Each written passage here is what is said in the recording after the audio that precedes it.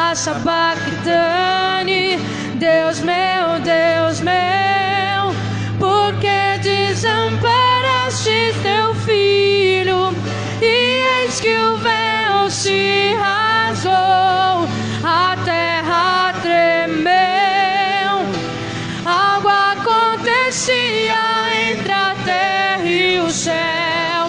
O véu se rasgou e o povo assim falou: verdadeiramente esse era o Filho de Deus.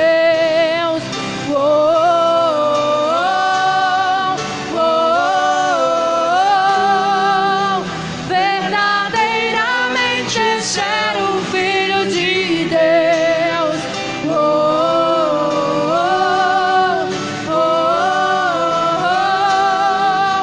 Verdadeiramente esse era o Filho de Deus. Reclamou, mas ele não reclamou.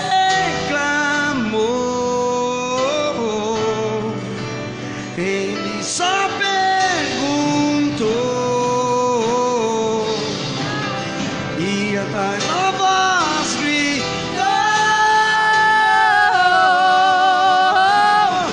Eli, lama sabachthani. Deus meu,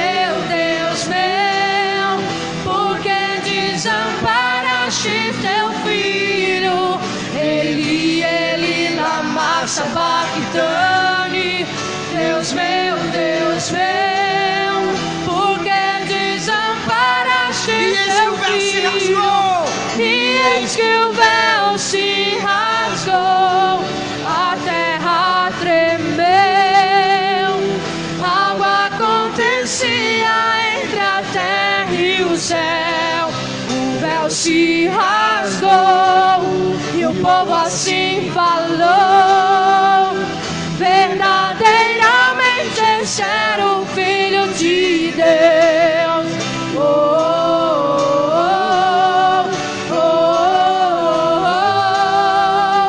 Verdadeiramente esse era o Filho de Deus.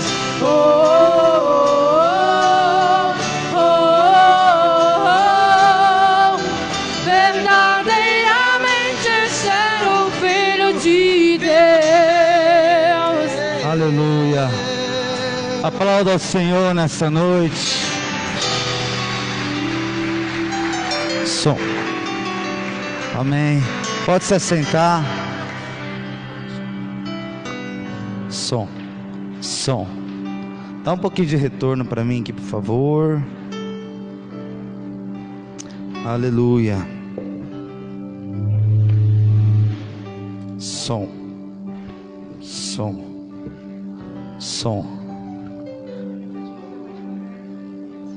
Amém.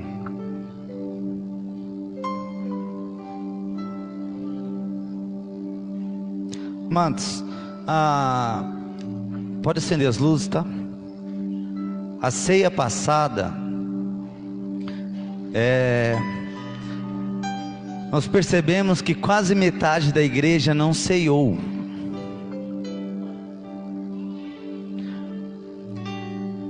A nossa igreja não é uma igreja que os irmãos estão há anos na igreja, né? Já tem muita gente nova. E quando a pessoa ela olha a ceia, que a Bíblia não diz santa ceia, mas quando nós olhamos a ceia, muita gente não se acha digno de tomar a ceia, de ceiar ao Senhor. Por isso queria que você abrisse sua Bíblia nessa noite. Não sei porque eu estou com vontade de falar amanhã. Em 1 Coríntios capítulo 11. Som, acende a luz para nós. O que aconteceu?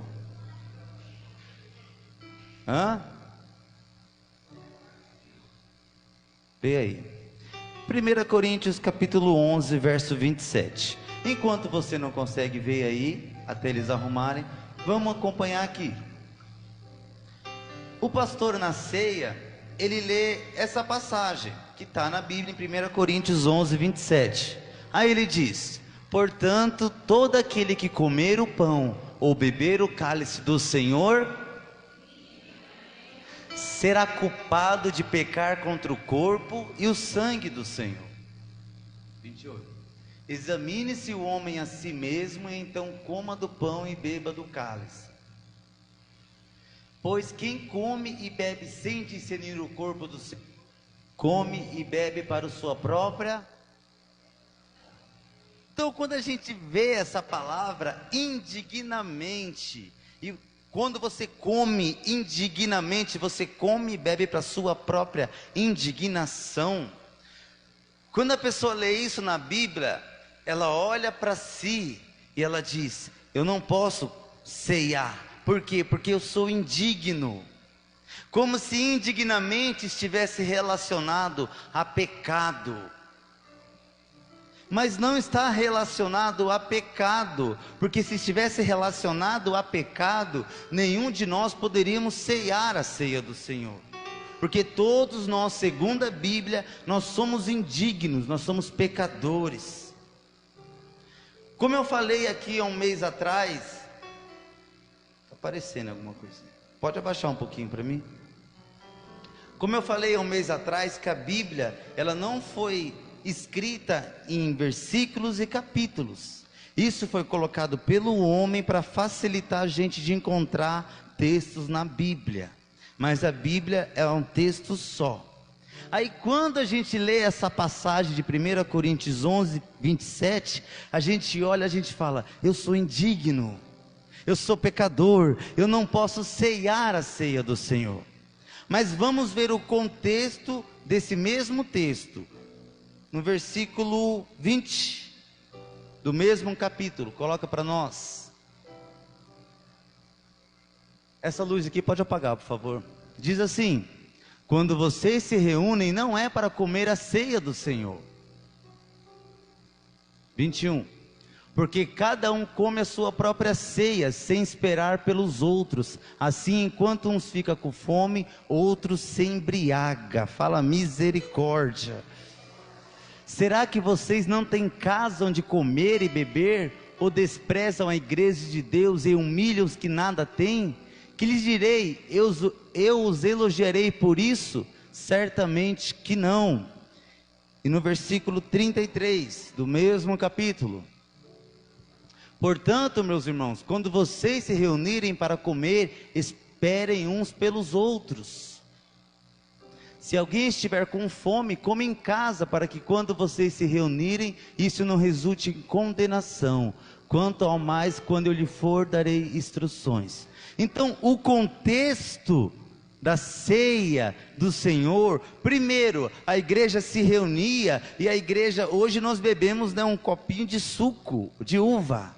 Mas na época da igreja primitiva, que era muito comum, eles tomavam vinho, mas era para tomar um pouco de vinho e comer do pão. E as famílias traziam o pão, e chegava aqui, ceava, todo mundo comia pão e bebia do vinho. Aí qual que estava sendo um problema na igreja em Corinto? O povo estava bebendo vinho a doido, estava ficando bêbados. E o povo trazia o pão, as famílias que tinham mais dinheiro, né, pegava muito pão e comia. E os pobres, quando chegavam à igreja, não tinha pão para eles comer. Quando Paulo olhou a igreja de Corinto, ele deu essa instrução: isso é comer e beber indignamente, sem temor, sem esperar uns pelos outros. Agora a pergunta para as nossas vidas é: quem não pode ceiar? Vou dar alguns exemplos. Primeiro, se você veio na igreja hoje porque você está com fome e você quer comer um pouquinho do pão, você não pode ceiar. Tem alguém que veio aqui para comer um pão? Não. Se você veio aqui na igreja porque sua garganta está seca e você quer tomar um pouquinho de suco, você não pode ceiar. Tem alguém aqui que veio para beber um golinho de suco? Eu espero que não. Indignamente significa irreverente, egocêntrico. Ou seja, na hora da ceia é um momento de seriedade, é o momento de você refletir sobre a cruz do Senhor Jesus, o sacrifício. Indignamente não tem nada a ver com pecado, irmãos. Ninguém veio aqui para comer, ninguém veio aqui para beber. E Paulo fala: gente, pelo amor de Deus, espera uns pelos outros. Por quê? Porque colocava a ceia, o povo vinha, o povo começava a comer e começava a beber. Naquele contexto, isso é indignamente. Nunca foi e nunca será pecado. Quem também não pode ceiar? Aquelas pessoas que não discernem o corpo e o sangue do Senhor. O que é o corpo e o sangue do Senhor? É uma representação do que Ele fez na cruz. Quem não pode ceiar? Se a pessoa não saber quem é Jesus, ou se a pessoa não crer em Jesus. Se você perguntar para qualquer pessoa lá fora, quem é Jesus? Ela vai falar, Filho de Deus. E se você perguntar para a pessoa, o que Jesus fez? Aí a pessoa vai falar, Ele morreu numa cruz. Quem não pode ceiar? Quem não entende isso, sem discernir, porque a ceia significa o sangue e o corpo do Senhor derramado lá na cruz. Se você entende que Jesus Cristo é o Filho de Deus, que Jesus Cristo morreu em meu lugar, em seu lugar, a ceia é para você. Se você entende que Jesus, e você crê que Jesus morreu na cruz para te salvar, a ceia é para você. Para quem não é a ceia? Para quem vim para comer e beber. Para quem não é a ceia? Para a pessoa vir e não ter uma reverência em relação à ceia, a ponto de nem esperar uns pelos outros. A ceia não é para esses. A ceia não é para ateu. Mas se aqui não tem nenhum ateu, a ceia é para você. Porque Jesus Cristo, quando Ele deu a ceia para Judas, que estava endemoniado e ia trair Jesus.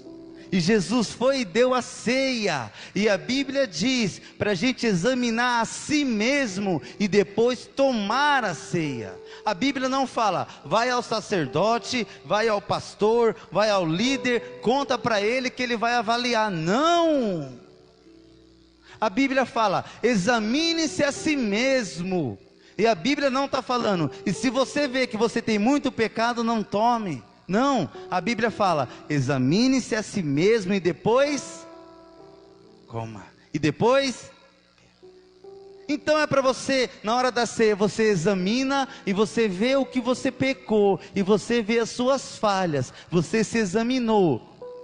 Aí você entender que o que Jesus fez lá na cruz possibilitou você de tomar ceia, porque você não é digno. A gente é pecador, então eu examino a mim mesmo, reconheço os meus pecados, mas eu entendo que a cruz de Cristo me salvou, me libertou, e a cruz de Cristo vai purificar do meu pecado. Eu não posso chegar numa pessoa e falar assim, não vai ceiar. Porque o que é o pão? É o corpo do Senhor Jesus. Então a gente pega o pão e a gente parte o pão. Jesus é o pão da vida. Então a gente parte o pão entre a igreja é o corpo do Senhor. Então quando a gente pega o pão e a gente parte o pão, a comunidade, a igreja precisa participar desse pão. Por quê? Porque esse pão é Jesus Cristo. Quando você não pega o pão, você não está participando de um ato que significa Jesus Cristo na sua vida. E quando você pega aquele suco de uva, representando o sangue do Senhor Jesus, é para você olhar para ele e você falar, Senhor, eu pequei, mas o poder do Senhor naquela cruz possibilitou que eu tomasse. Porque quando você deixa de tomar a ceia, dá a entender que o que Jesus fez na cruz não é o suficiente para purificar, perdoar você, e isso é uma mentira. Não importa quem você seja, o sangue do Senhor Jesus nos purifica de todo e qualquer pecado. Então você pode ceiar sim. Se você achar na Bíblia que só batizado pode ceiar, você me mostra. Porque eu não encontrei. porque a ceia de Jesus Ele deu para todos. Jesus nunca chegou em ninguém e falou assim: você não pode ceiar porque você faz isso. Se Jesus não fez, não é nós que vamos fazer. Amém? Baseado nisso, eu acho que o ponto que mais pega é nós discernirmos o corpo e o sangue do Senhor. Então eu gostaria de ler nessa noite sobre o Getsemane. Abra sua Bíblia em Mateus capítulo 27. Mateus capítulo 27.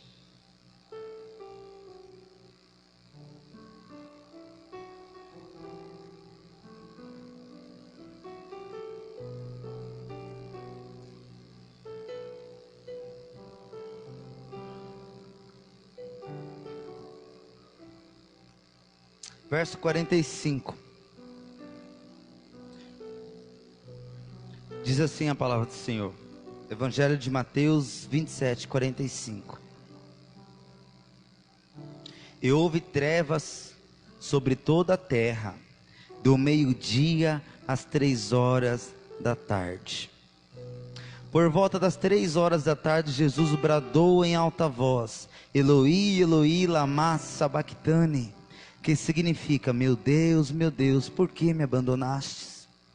Quando alguns dos que estavam ali ouviram isso, disseram: ele está chamando Elias. Imediatamente um deles correu em busca de uma esponja, embebeu em vinagre e colocou na ponta de uma vara e deu a Jesus para beber. Mas os outros disseram: deixe-vos, vejamos se Elias vem salvá-los. Depois de ter bradado novamente em alta voz, Jesus entregou o seu espírito. Pode deixar a Bíblia aberta aí. Então, primeiro ponto, no Getsemane, na crucificação, nós vemos que a Bíblia diz que do meio-dia às 3 horas da tarde houve trevas sobre o ambiente, sobre a terra.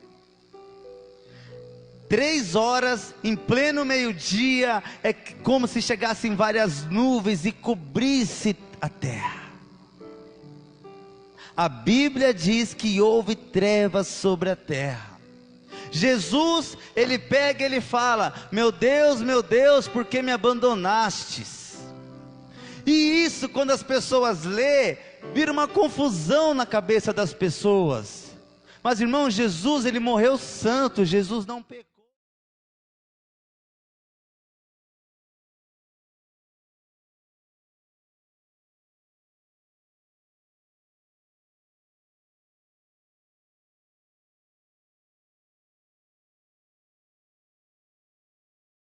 Sobre aquele ambiente, e o Pai saiu, e quando o Pai saiu, Jesus olhou e falou: meu Deus, por que me abandonastes? Mas não é no sentido, eu não estou entendendo, Pai, porque isso aí já veio antes da fundação do mundo, o plano de Deus e de Jesus. Mas isso é para a nação, para eu e você entender que o Pai ama tanto a você, e Jesus ama tanto a você, que o Pai abandonou o seu Filho unigênito, porque o peso do pecado estava caindo sobre Jesus, da meio-dia às 3.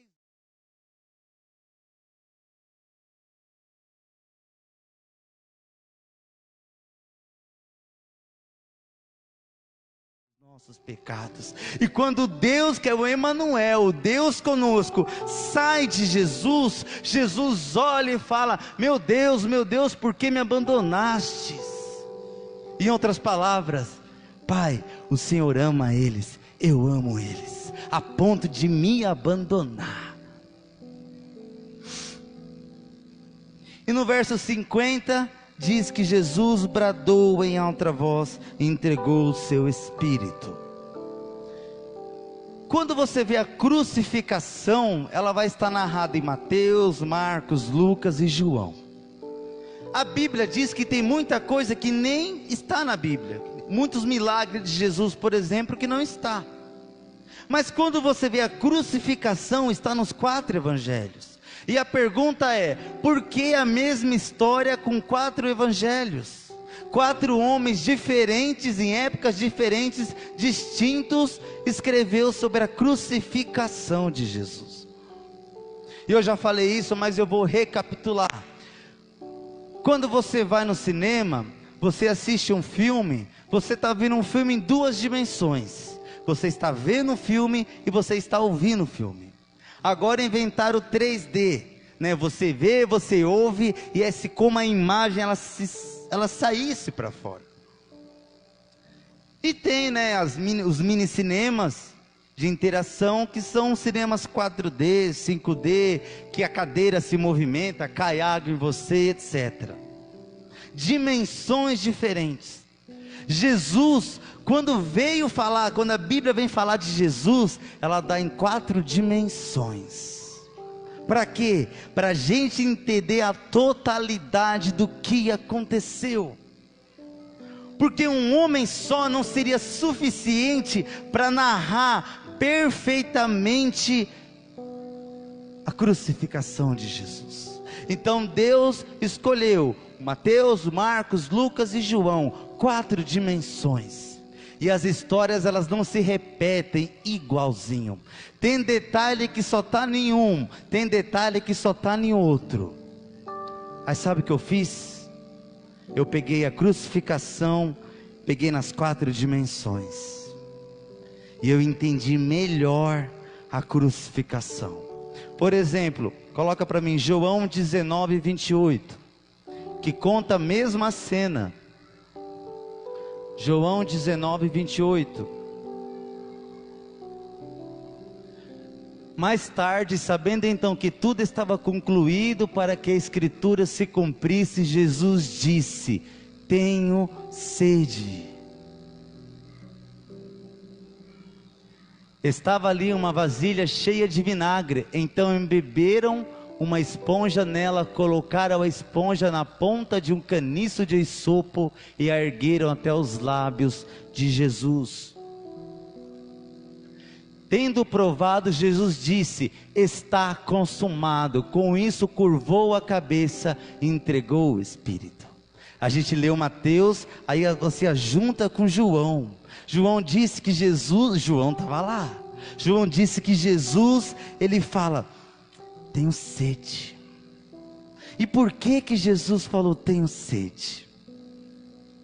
Irmãos, Jesus, ele estava sofrendo naquela cruz, ele estava sofrendo os flagelos, os açoites, ele estava com a e quando a sua garganta está seca, e qual que seriam as próximas palavras de Jesus? Está consumado. Mas Jesus, com a garganta seca, todo açoitado, todo ferido, Jesus, ele fala baixinho: eu tenho sede. Por quê? Porque as próximas palavras está consumado. Está consumado significa está concluído, está finalizado, eu venci. Então não poderia ser está consumado, não, porque isso é uma vitória. Então antes de Jesus falar, ele chega na cruz e ele olha e ele fala: eu tenho sede. Um soldado pega uma esponja, molha no vinagre, derrama sobre a boca de Jesus, e aquele vinagre, ele vai e desce na garganta de Jesus, e a próxima palavra dele é: está consumado. Jesus, Deus, eu entrego o meu espírito. Deus é maravilhoso. Aí vamos voltar lá em Mateus, próximo versículo 51. Diz assim: naquele momento o véu do santuário rasgou em 2 partes, de alto a baixo. A terra tremeu e as rochas se partiram. Sabe quando você está com muita dor e você morde uma toalha? Sabe que não ia fazer nada por mim? Morridos foram ressuscitados, e saindo dos sepulcros depois da ressurreição de Jesus, entraram na cidade santa. Ressuscitado, isso é literal. Qualquer pastor, qualquer teólogo vai dizer isso. Aí você imagina tudo isso acontecendo, aí homens começam a se levantar, e a Bíblia diz que eles começaram a ir para Jerusalém, literal. E aquela multidão que estava vendo tudo aquilo, eles começam a ver os homens que já morreram entrando na cidade. Por que isso? Porque Jesus queria mostrar que através do seu sacrifício naquela cruz, nós que estávamos mortos, através do que Ele fez na cruz, nós seremos ressuscitados e entraremos na Nova Jerusalém. Então, no momento que Jesus diz, está consumado, eu venci, está finalizado, homens começam a se levantar dos túmulos, entrar em Jerusalém. Jesus está dizendo que através do sacrifício na cruz, eu e você iremos entrar na Nova Jerusalém. Mas a pergunta é, imagina para as pessoas que estavam presenciando aquilo. Irmão, alguém já viu aqui algum morto ressuscitar? Andar pela cidade. Imagina para ver aquilo. Vamos ver como que as pessoas ficam.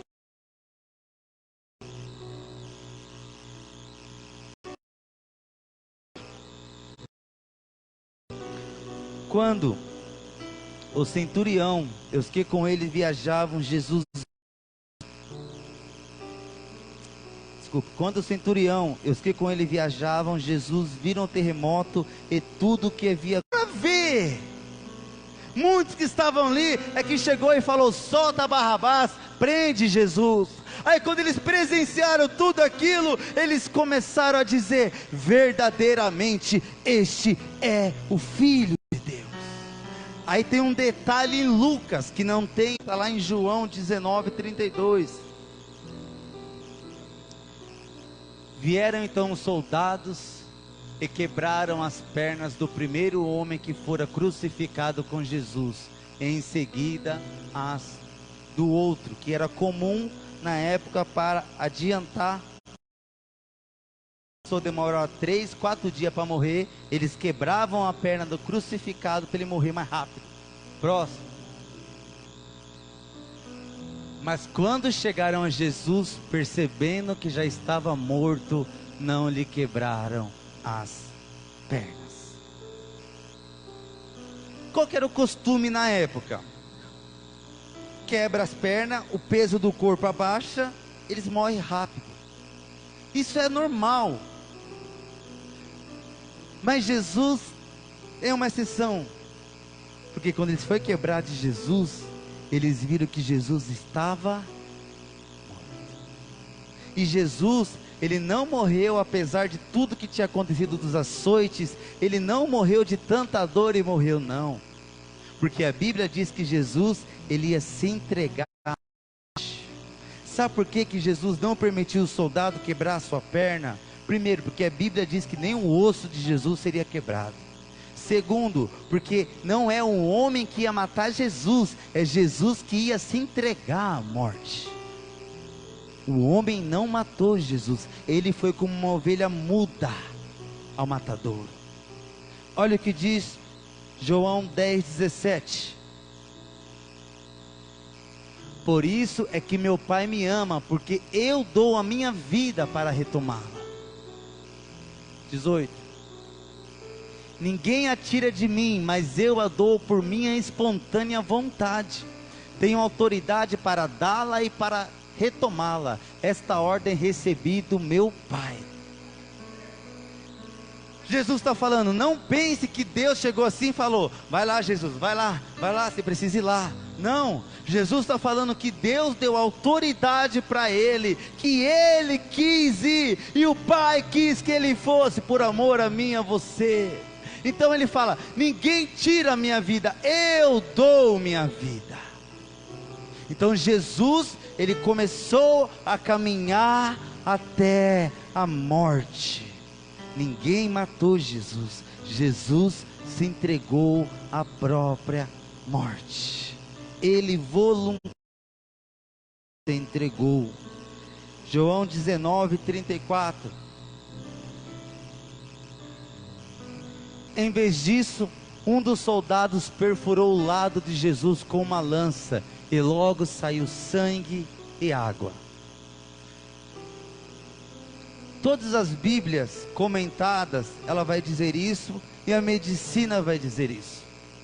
A Bíblia diz que um soldado veio para confirmar que Jesus realmente estava morto, perfurou o lado de Jesus. E a medicina diz que quando sai sangue e água, é porque perfurou o coração. Aí eu imagino aquele soldado que perfura, vamos se dizer, o coração, e aquele sangue do Senhor Jesus sendo derramado sobre aquele soldado. Irmãos, já estavam todos aterrorizados. Então eu acredito sim, que quem estava ali aceitou ao Senhor Jesus. De tudo que eles presenciaram, eles creram no Senhor Jesus. E o texto continua, 35. Em vez disso, um dos soldados, aquele que ouviu, disse, deu testemunho, e o seu testemunho é verdadeiro. Ele sabe que está dizendo a verdade, e dela testemunha para que vocês também creiam. Sabe o que é isso? É João olhando e falando: gente, isso é verdade. Eu sei que essa história parece meio doida, mas isso é verdade. Isso aconteceu. A terra tremeu, o sol se escureceu, a rocha partiu, homens saíram do túmulo. Isso é verdade. Eu estou escrevendo isso para que vocês creiam, porque quem estava aqui também creu. Agora vocês precisam crer nisso, porque isso aconteceu. Mas queria trazer numa outra dimensão a crucificação. Quando você assiste qualquer filme da crucificação, não tem tanta riqueza de detalhes que nem o que nós lemos aqui. Mas a paixão de Cristo é o que chega um pouco mais perto. Então eu queria passar um trecho da paixão de Cristo. Coloca para mim, pode apagar as luzes.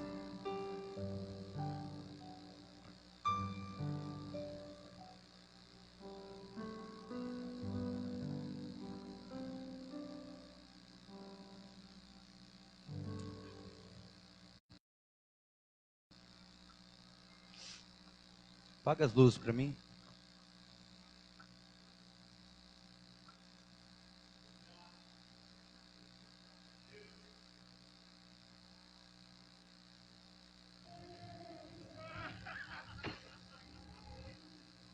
Este é o meu corpo.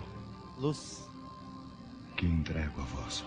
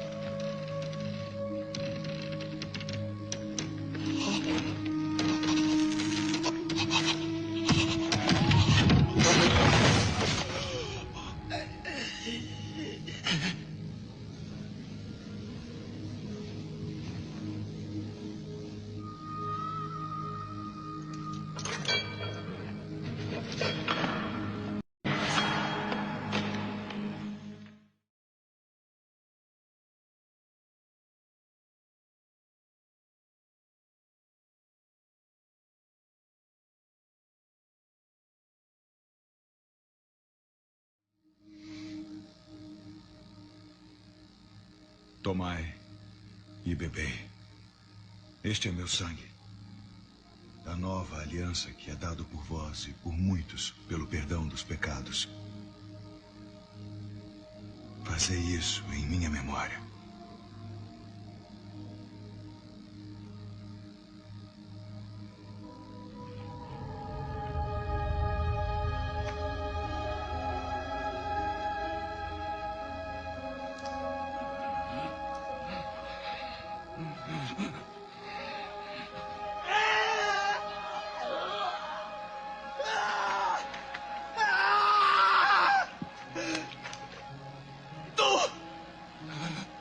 Filho de Deus!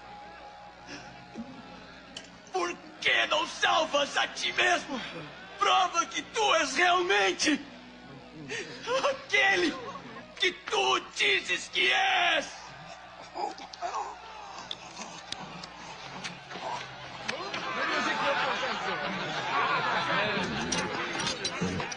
Vamos-te daí, se é que pode!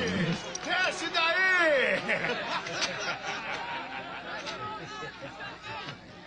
Disseste que poderias destruir o templo e reconstruí-lo em 3 dias. Mas não podes descer dessa cruz. Se ele é o Messias, eu digo que ele deve descer da cruz para que possamos ver e acreditar.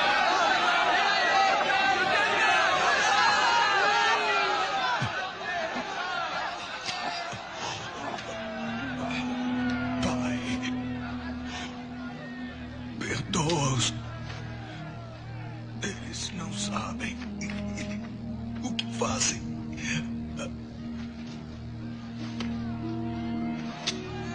Escutai. Ele está rezando por vós.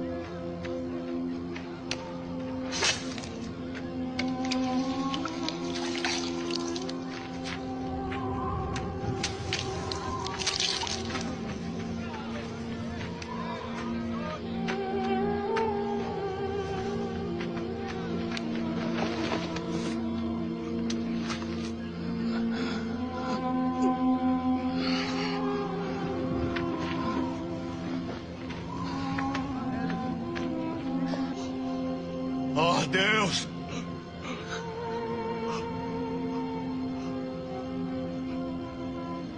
Oh, Deus!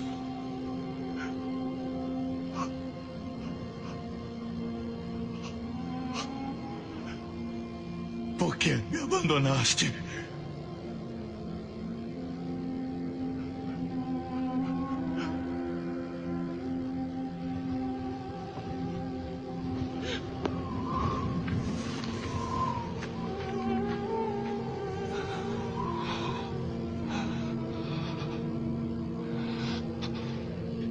Está consumado.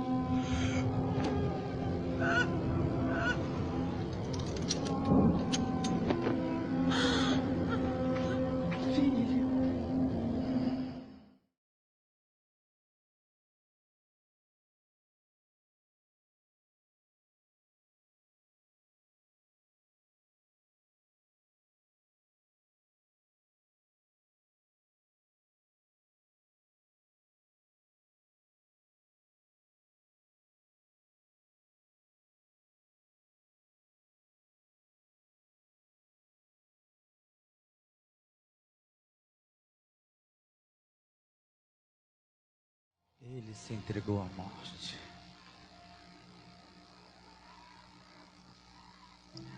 Deus o Pai. Uns dizem que Deus virou as costas para não ver. Outros dizem que Deus chorou. Era o Filho unigênito.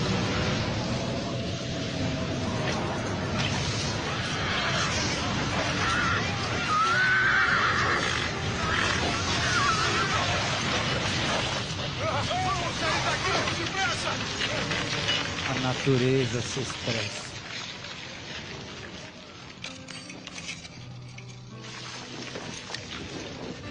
Isso doeu no Pai.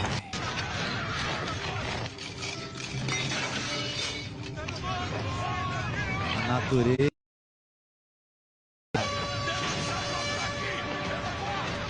foi por mim, foi por você.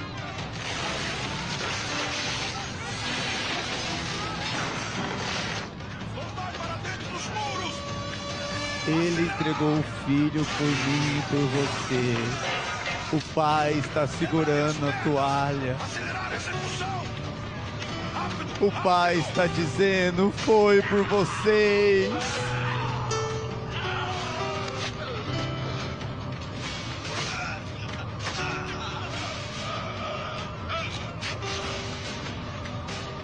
O Pai olha e fala: o Filho não. Depressa! Ele está morto! Certifica-te!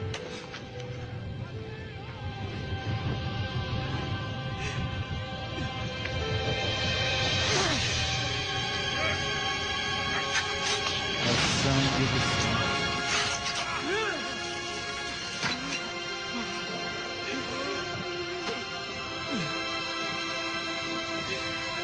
É o sacrifício do Senhor.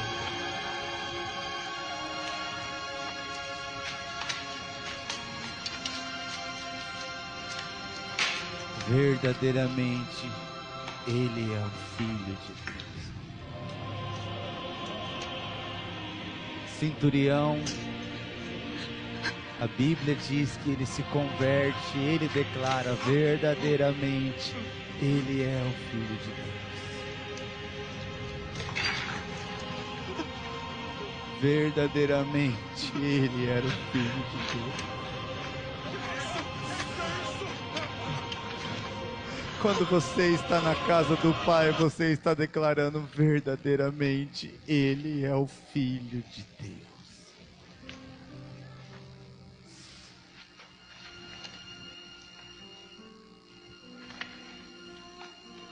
Ele se entregou à morte por mim e por você.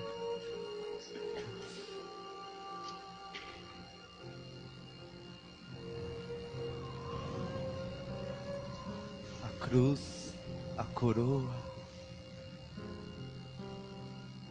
colocaram uma coroa de espinho para zombar dele. E era o Filho de Deus, o Criador dos céus e da terra.